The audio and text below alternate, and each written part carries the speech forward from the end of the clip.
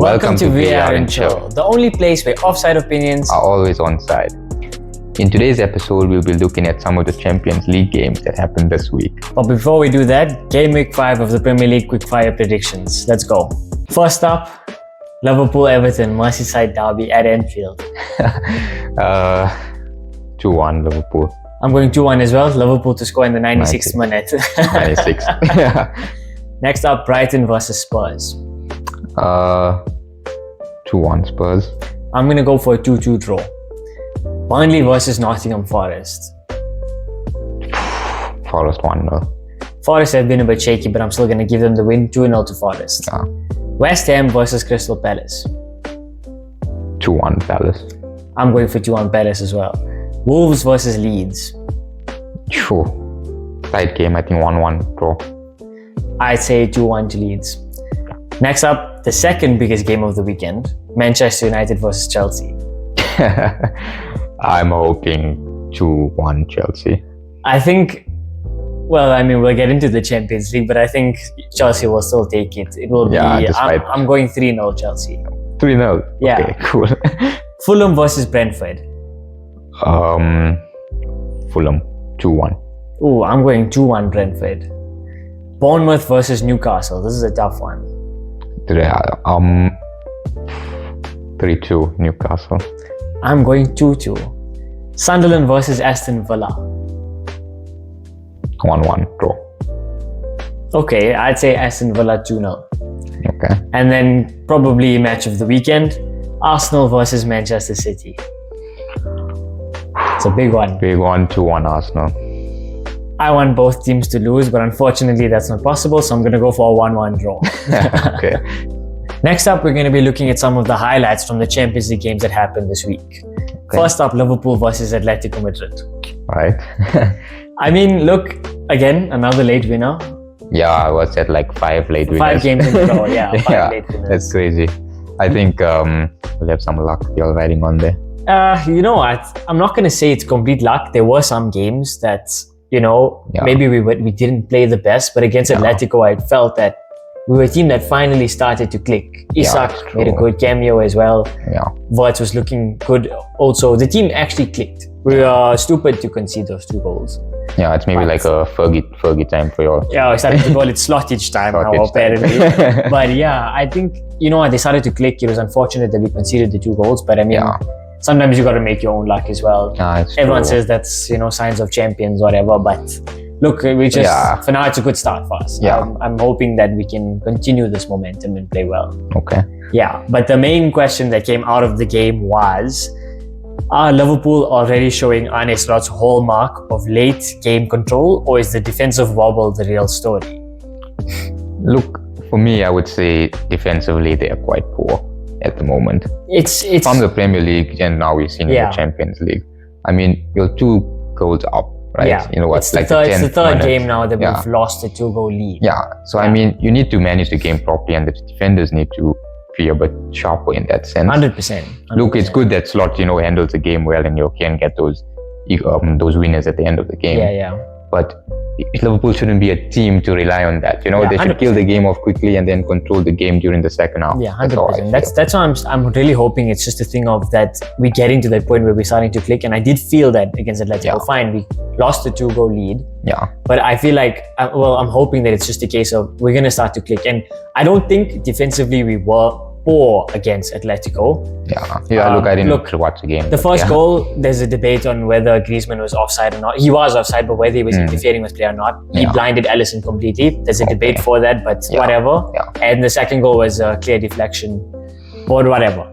Either way, right? I'm not saying that's not justifying our defensive mistakes. Mistakes, but still, I think we were solid, and I'm hoping that I don't think the defense is the worry right now. I think the worry is how we can't lose a 2-goal lead again. It's just like you can't. Especially against opponents in the Champions League. Because even now in the Premier League, I mean, every game is like a final. Every game is basically a final. So when you're competing for the league, that's how it's going to be. And if you don't fix up all of these problems now, it might come back to bite us 100%. That's why we've been saying, because in the Liverpool Atletico game, when we missed 1 or 2 chances, like Salah hitting the bar and everything. We were hoping it didn't come back to bite us. And when they equalized, it was like pain, you know? It really was. I mean, fortunately, we got the winner. Fortunately. Again. For you all. For the 4th time in a row. But so that's the highlights from the Liverpool versus Atletico Madrid game. Also, Simeone getting sent off. Yeah, that's a plus. That's a plus for you all. Well, whatever. But next up, Chelsea Bayern Munich. Okay. What do you think about that game?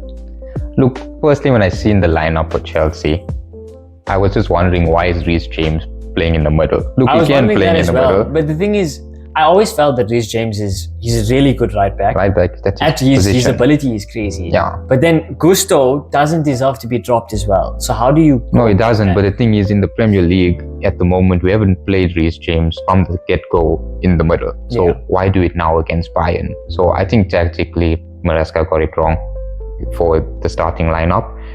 And look, Bayern outplayed us in certain aspects. Defensively, we were very shambolic. Like literally shambolic. Rob Sanchez did really well. Sanchez he saved us from losing 4-1 or 5-1. You know. Yeah. So we have a lot of mistakes. I feel we are a bit shaky, and it's also our first time back in a while in the Champions League. We've been used to playing in Conference League. Fine. In the Premier League, I feel the players are used to that. Now when you go in a step further to that in the Champions League, especially against Bayern Munich. At the Allianz. There's going to be a lot of pressure, especially from the press of Bayern Munich. Olise played very well. They have a lot of good attacking players. So, I mean, it was a big game for Chelsea. I don't think Maresca trying these tactical transitions, I don't think this was the right... It wasn't the game for it. So it really wasn't the game for it. We should have started with a team that we know that plays. Like Manchester United, a championship side team. Yeah, maybe. That's why you want us 3-0 on the weekend. Maybe. I hope so. Look, I'm very upset with my club at this point, but we're not playing bad football. Yeah, Chelsea are not playing bad. It's not like they're showing signs of a decline in but the thing is, we should focus on one thing. I feel I don't think Chelsea's in that space like Liverpool or even Arsenal to compete for Premier League and Champions League. Focus on the Premier League, maybe. That's most likely where we'll get something. And yeah, fair enough. And the main question that came out of that game was, did Chelsea actually play well for stretches? Enough to believe in Maresca's plan, or did Bayern simply manage moments better in the game? I think it's a bit of both, because we did play well, and I also feel that Bayern also outplayed us in certain aspects. Yeah. I mean, look, Bayern, we know they're a good team, right? They definitely managed parts of the game very well. 100%. But at the same time, it's also, I'm not going to say it's unlucky, but look, Olise made his luck with the own goal. It's a good ball in, anything can happen. You need to create your luck. And a penalty is a penalty. Penalty. It is what it is. Yeah, and defensive error, Gusto giving the ball away, Kane going to score. Yeah. I mean, he doesn't miss those chances. So Kane is a clinical finisher. And there's also some questionable PR decisions and stuff. I don't want to get into that right now. Yeah. But look, it wasn't too bad. Obviously, as a Chelsea supporter, it's a bit bad to see your team lose. Yeah. But I mean, it's hopefully for... No, I think it's a good wake up call for us. It's a wake up call for Maresca as well. Yeah, fair enough. The next game we're going to look at is Arsenal versus Athletic Club. Okay. Look, Arsenal won 2-0. I didn't expect anything less. Yeah, same. Did they play at the Emirates? No, they didn't. They played at they played away. They played away, yeah. Look, like you said, Arsenal, I think they were always going to win that game, really. Like Athletic Club, I don't want to give any disrespect to them or anything, but I feel Arsenal is just way better than them at this point. 100%, And again, well, look, the main question that came out of that was, is Arteta's bench now the edge that keeps Arsenal competitive in the UCL and in other tournaments? I think they do have a strong bench now. I mean, I think, fine, Saka is injured now. Yeah, but I mean, if you're still bringing Martinelli and Trossard, those types of players off the bench. Yeah, and when Saka's back, he'll be starting. Madueke will be on the bench. Yeah. You got 3 solid players already on the bench just to bring on. You can change the game. So what I'm hearing is Arsenal are the favourites to win the Premier League and the Champions League. So it's theirs to lose. It's theirs to lose. But I mean, look, it's always theirs to lose. But I mean, I think it was Henry who said now in the week, he was talking about Arsenal squad depth and saying that, look, Arsenal probably have a better squad depth than most other teams. Yeah, and it's true. It's they have to win something. It's quite evident. Yeah. They have to win. And it's true. They probably should. I mean, everybody's looking at Liverpool about, we spent 400 million, right? Yeah. Slot spoke about it in the press conference now before the Atletico game. we spent 400, but they don't look at the 250 million that we sold. Yeah. With 150 million net spend, that's a lower net spend than Arsenal's, right? Firstly. Yeah, look, it's but secondly, that was Slot's first time basically spending in the transfer market, whereas Arteta has now spent over £1 billion. One FA Cup and one Carabao Cup or whatever it is. Yeah, look, not that's enough. not what Arsenal or even the Arsenal fans will want. Yeah. They want the Premier League or the Champions League. That's what they want. You have to win something big at this point. And Henry is right. They need to win something relevant. He is right. And look, as I said earlier, if Liverpool don't fix their problems, Arsenal will give them a real Arsenal will definitely give them a run. And even when it comes to UCL, there's obviously other teams as well. So Liverpool do need to fix their tweaks if they want to compete. But in terms of the Premier League, it seems more likely it's going to be Liverpool Arsenal again. Yeah, for but now. Look, I won't lie. After the Atletico game, I feel a lot more confident in the team now. I think they're looking good again. Like they're looking like they're gelling well together. Yeah. There was like in the Premier League games, fine. There was, some bad moments and caught sleeping. Maybe passing was off. Against Atletico, I didn't see that. Yeah. So it felt good. But I mean, anyways, away from Liverpool, Arsenal. Yeah, Arsenal. I mean, I think Arteta has to win something. He really does. If he wants to stay in these conversations about how he's such a good manager, he needs to win something. And if he doesn't, no one remembers second place. Nobody remembers second place. So, that's what I'm saying. If he doesn't win something, and I will still stand by the statement until I'm proven wrong. Yeah.